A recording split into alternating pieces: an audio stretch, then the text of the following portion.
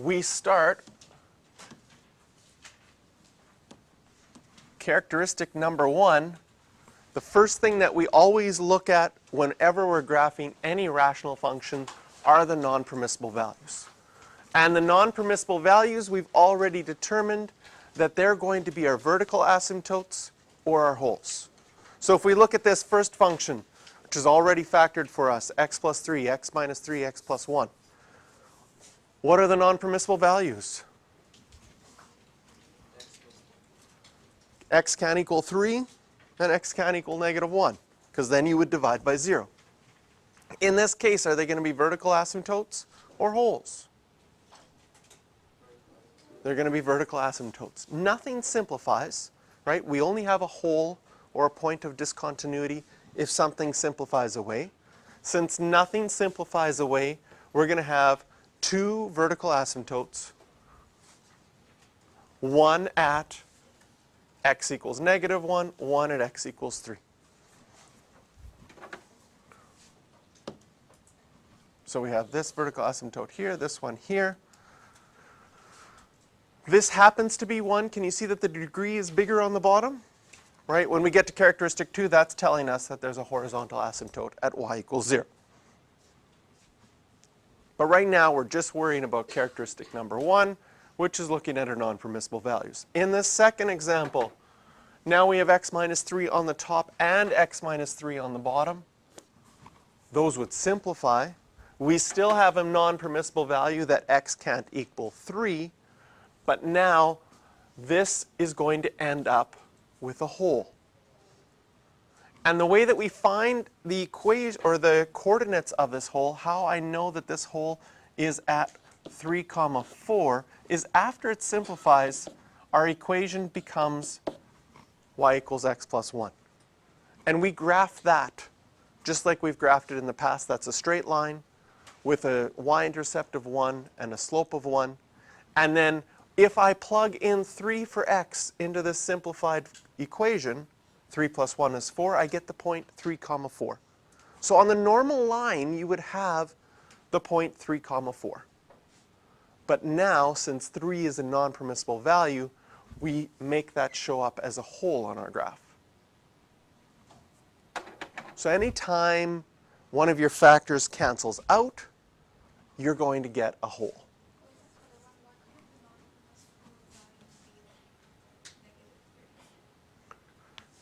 So if I plug in -3, can you see that your numerator is going to be 0?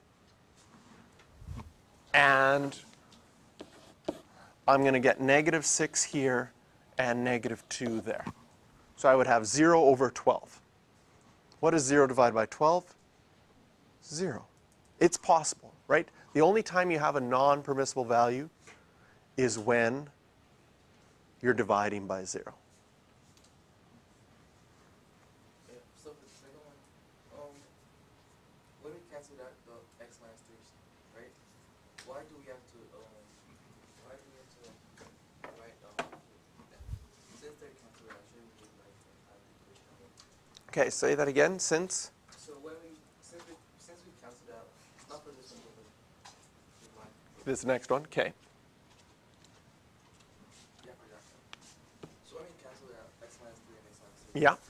Why are we still doing x not equal to 3? Because it's gone, right? Yeah. Like, why isn't it just fine to say it's just y equals x plus 1 and graph it normally? Well, it's still a non-permissible value based on the original function. Okay? In mathematics, if I was solving, right, if I was solving this, let's see if this is a good example or not. No, this one isn't a great example, but x plus 1, if I was solving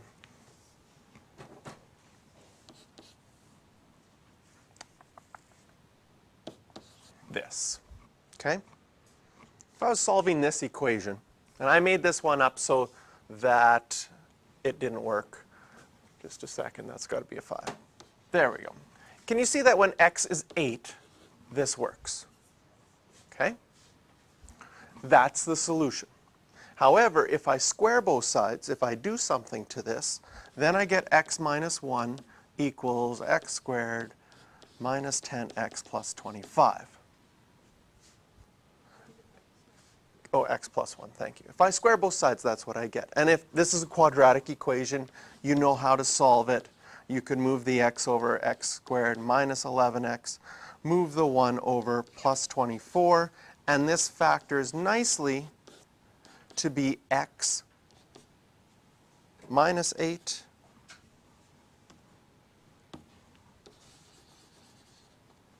right?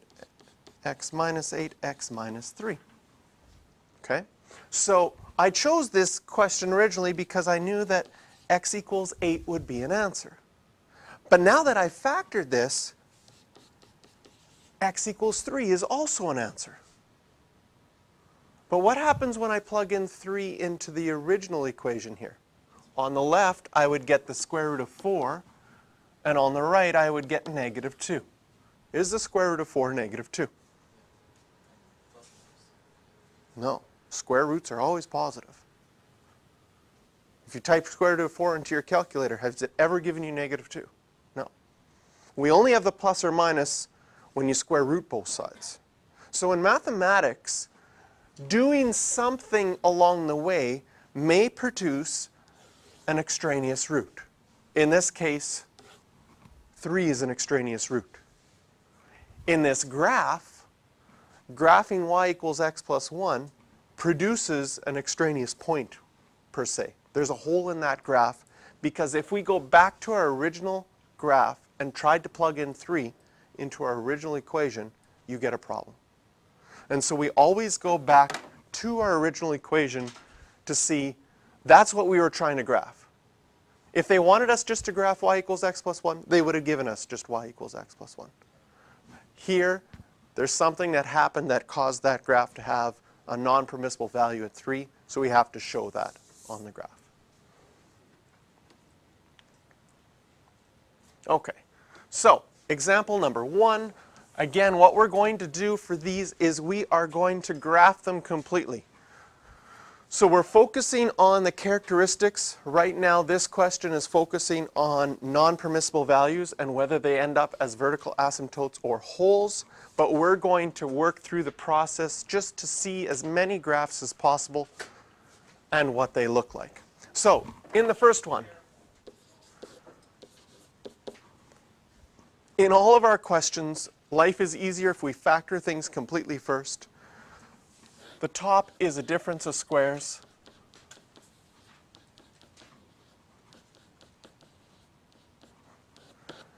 So if I factor the top and I look at this equation, sure enough, this will simplify. So the very first thing that we're always going to do in our rational graphs is look at our non-permissible values. In this case, x can't equal negative 5. So when we're talking about a non-permissible value and we're writing that down, we always write it as x can't equal. And as a result, in this case, is this going to be a hole or is this going to be a vertical asymptote? It's going to be a hole because it canceled out. So our equation became just y equals x minus 5. That tells us that we have a hole at negative 5, comma, and what would the y coordinate be? Negative 10. You can find that by plugging it into the simplified version. When we simplify this, we get y equals x minus 5. And if I plug minus 5 in for x now, I'd get minus 10. Yes. I looked at my equation and I know I can't divide by 0. So what would make me divide by 0 would be negative 5. That's my non-permissible value.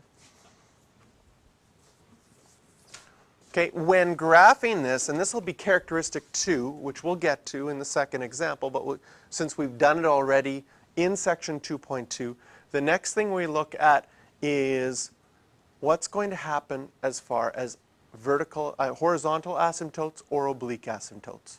That's the second thing we're always going to look at.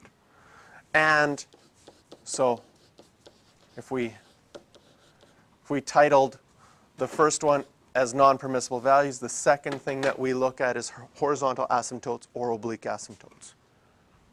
Well, in this case, it's simplified to just y equals x minus 5. Is there anything, do you know how to graph that already? Yes. You already know how to graph that. That's a line. So there's going to be no horizontal asymptotes, no oblique asymptotes. Because it's simplified to something so easy, we can go right away to graphing it. It's going to have a y-intercept at -5. It's going to have a slope of 1. Oh, and we need to add our hole in there, that we have a hole at -5.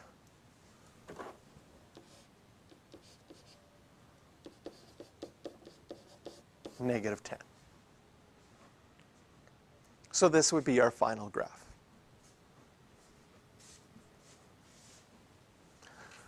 So when things simplify, what you end up trying to graph is you graph the simplified version and add the hole to it.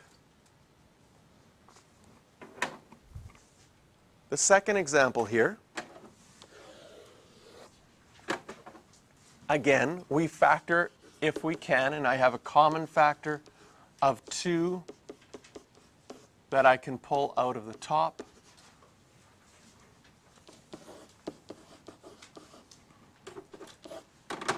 We'll always look at our non-permissible values first. Do we have any non-permissible values? Yes, x can't equal 2. Does that result in a hole or a vertical asymptote? So I'll just abbreviate that. Your vertical asymptote will be at x equals 2. Nothing simplified. So number 2, the second thing you're going to look at is whether or not we have horizontal asymptotes or oblique asymptotes. This is the type where the degree is the same on the top as it is on the bottom. When the degree is the same on the top as it is on the bottom, you just look at the highest degree. On the top is 4x, on the bottom we have 1x. That simplifies to y equals 4, and we would have a horizontal asymptote. So when the degree is the same on the top and the bottom, you will always have a horizontal asymptote. Now when you go to graph this,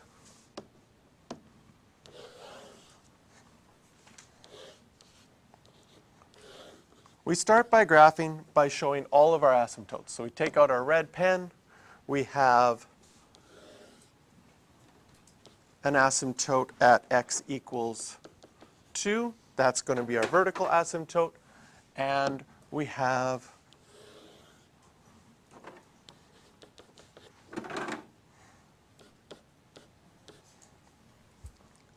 our horizontal asymptote at y equals 4. Now when you go to graph the rest of your graph, yes? You would get an oblique asymptote if the degree on the top is higher than the degree on the bottom. So that was that first group that we looked at, and there was no holes. So we'll look, there will be some examples where that comes up. That's why we like to graph all of these, because there's so many different examples that we could run into. So we sort of get a system for checking each thing and then getting our graph from there. Now the asymptotes really help you graph it, but you do need some points in order to graph this completely. And the more points you have, the easier it will be to graph, but you don't need a lot of points. So for example, on this one, if I would go and I'd say, well, what are some easy points that I could find? Y-intercepts are really easy because you just have to plug in 0 for x. If I plug in 0 for x, can you see that you would get 2 over -2? And so our y-intercept is going to be -1.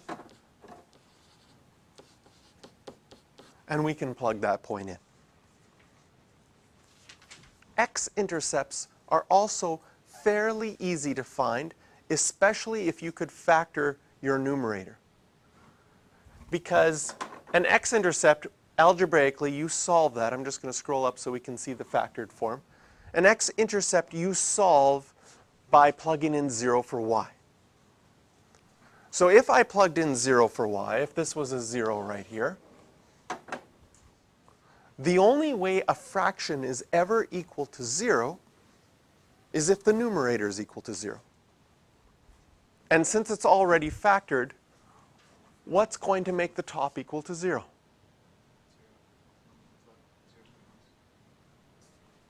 What will make the numerator equal to 0? It's already factored. If I plug in 2, 2 times 2 is, no, it won't quite work. That'll be 10. Negative 1 over 2. Right? The top will equal 0 if x is negative 1 over 2. So that allows me to put another point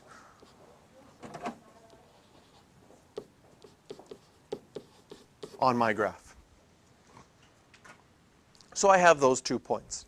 Technically, in that section, and by section, our vertical asymptotes split our graph in 2 sections.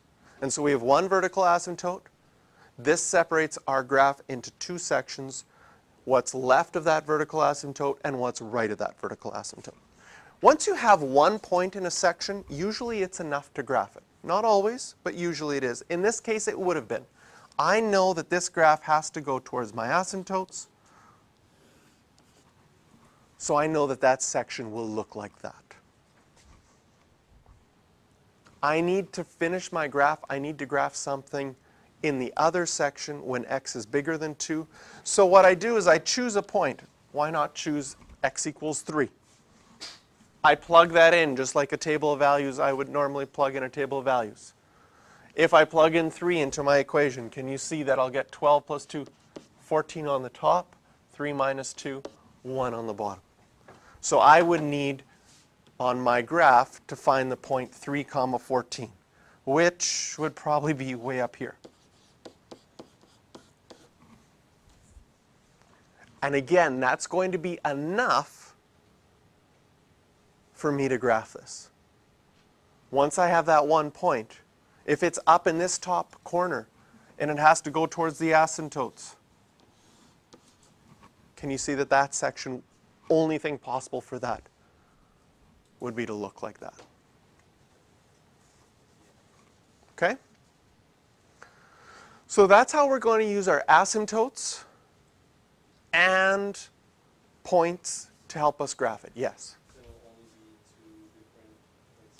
It'll only be 2 different sections because if I added something in this section, it won't be a function anymore. Like, I know what you're saying. Your asymptotes sort of split it into 4 quadrants, right? But when I talk about sections, since we're talking about our domain, our x values are either less than 2 or bigger than 2. And then the horizontal asymptote is really telling you what's going to happen to your graph when the x values get to big positive numbers or big negative numbers. Okay, the ones for practice on this one, but we are going to just keep going today, is question number 5.